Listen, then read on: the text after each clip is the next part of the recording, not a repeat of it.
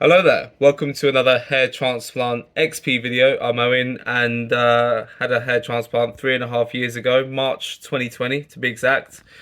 And these are my results as shown here after looking like this before again. Had about 4,000 grafts put in. And yeah, I just wanted to share what my experience was after documenting it 2 weeks immediately after the procedure. And yeah, let's get into it. See, firstly, well, the sleep. The sleep.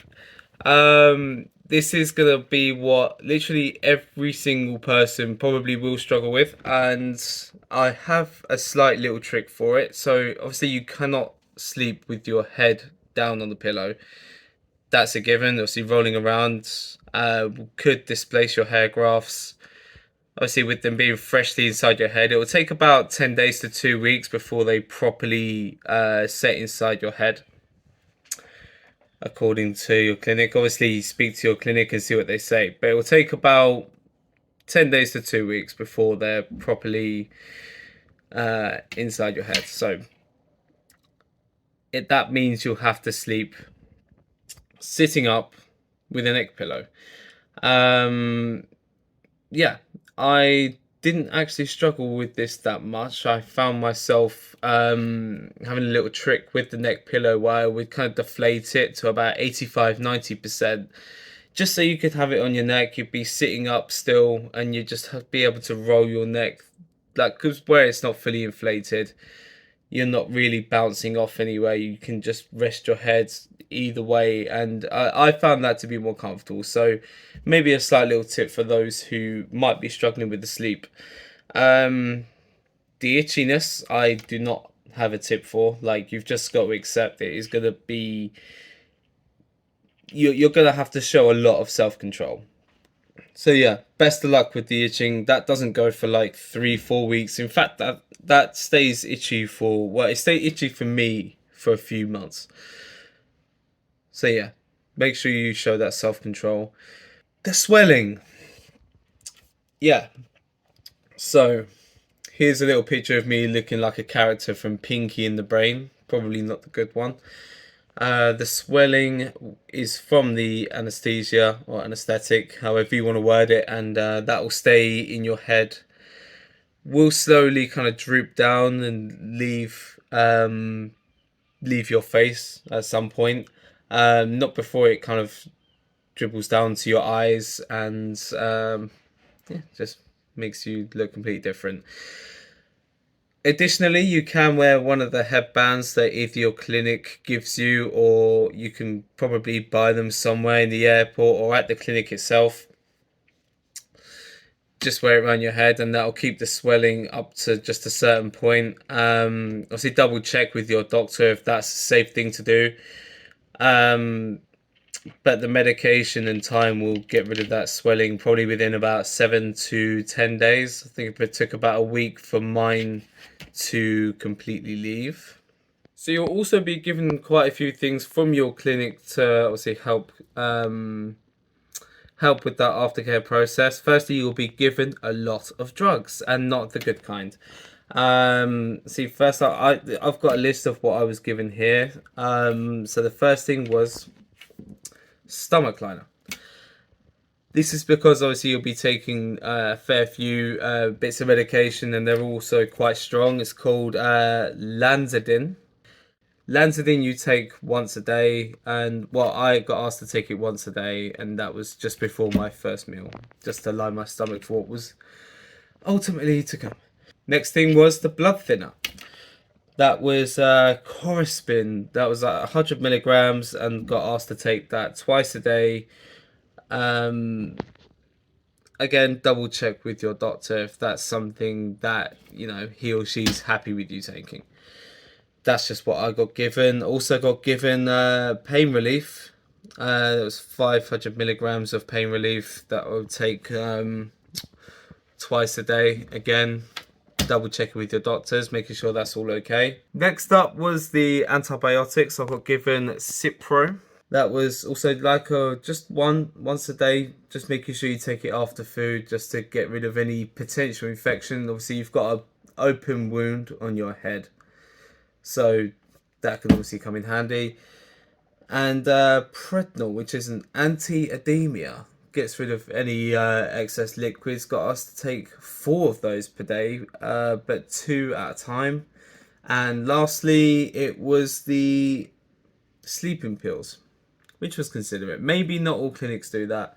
But I got given the sleeping pills, didn't really take them. But again, if it's to help you sleep, as per the first segment in this video, then more power to you. And if you don't need the neck pillow trick, then even better.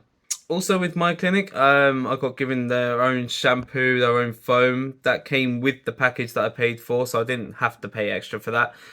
More often than not, they probably will try and sell you extra, but I didn't end up taking that offer up. But there was some foam and shampoo which you use every day. Firstly, I would use the foam, just carefully putting that over your head, then using lukewarm water over a sink. You can have this lukewarm water in a bowl or in one of those small bottle type things, or just a bottle itself. Just gradually pour it over your head. Nothing with too much water pressure, like a shower, as that would be too much water pressure, and that could obviously risk displacing your grafts from the top of your head.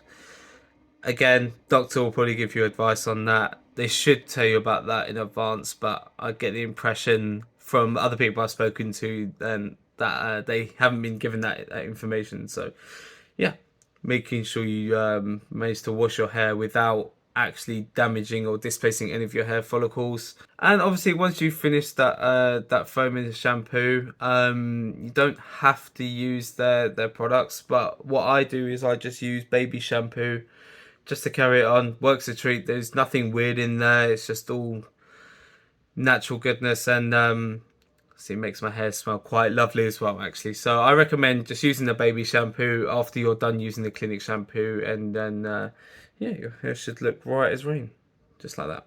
Obviously, you're at that stage where you're probably just in the honeymoon period, and like me, looking like that.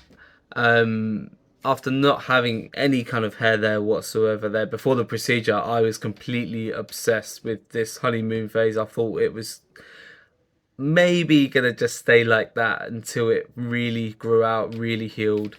Obviously, that's not the case. It does start to scab over before it ultimately does shed. The shedding is completely normal, as long as you don't have something which is called shock loss, which could happen more often than not in your donor area, not your recipient transplanted area.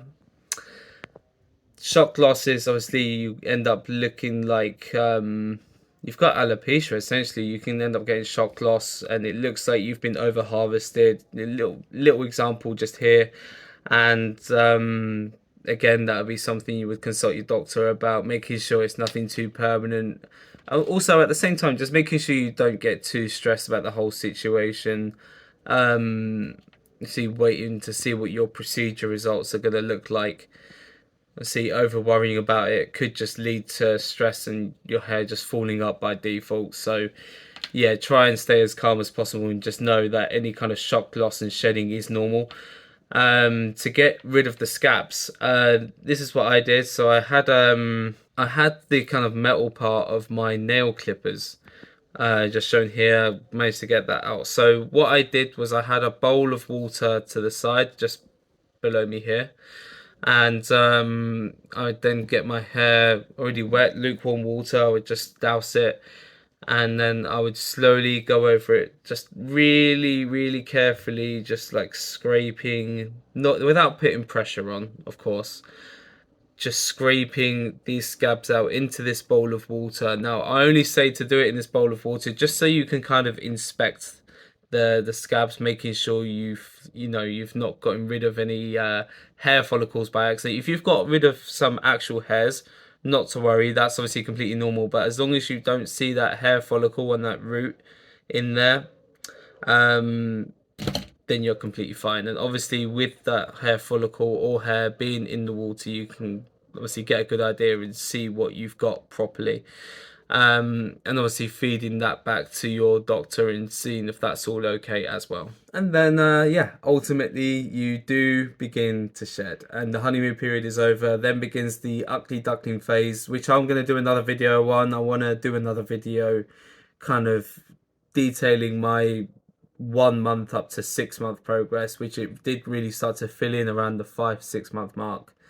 And yeah, it's just something you've got to accept and obviously try and keep track of while you can, but just knowing that you have to do what you can to not make it look as bad. Obviously, the ugly duckling phase, it is what it is. You're going to probably have to go back to work and face the music with your colleagues, and they're all probably going to give you a bit of stick to say, you know, your hair's falling out or it's not.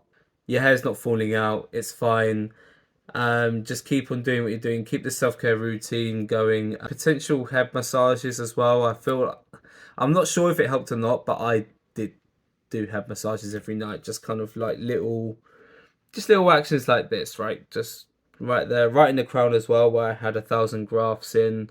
Obviously, blood circulation. It's harder to get hair regrowth there than it is your kind of like frontal hairline. So yeah, be sure to try and do that and help in any way you feel like you can, even if it is a placebo effect. Like, keep that self-care routine up, and just be patient. Really, don't itch your head. Don't sleep with your head on the pillow too early, and you'll be absolutely fine. Obviously, just another thing as well, the redness does stay there for quite a while. I think mine stayed for about 2-3 months, maybe it was 4, but it's again normal for that redness to be there. You would have seen it on other people who have had hair transplants done, whether they be footballers, famous celebrities, or even just people, you know, friends or acquaintances. Like, the redness just is normal, even if you're taking the anti-redness medication, like, it will just stay there. But that wraps it up. That was my 2 week post hair transplant experience. I hope any of you watching took something from that. Got a lot more videos coming up. I want to detail my kind of 1 month to 6 month experience. I want to talk about finasteride and what other medication I've been taking. So obviously I take finasteride now. I take biotin now. I've had experience using minoxidil, so I want to kind of share that. And yeah, look out for obviously more videos. Like and subscribe if you want. And yeah, it's been Owen here, my hair transplant XP. Peace.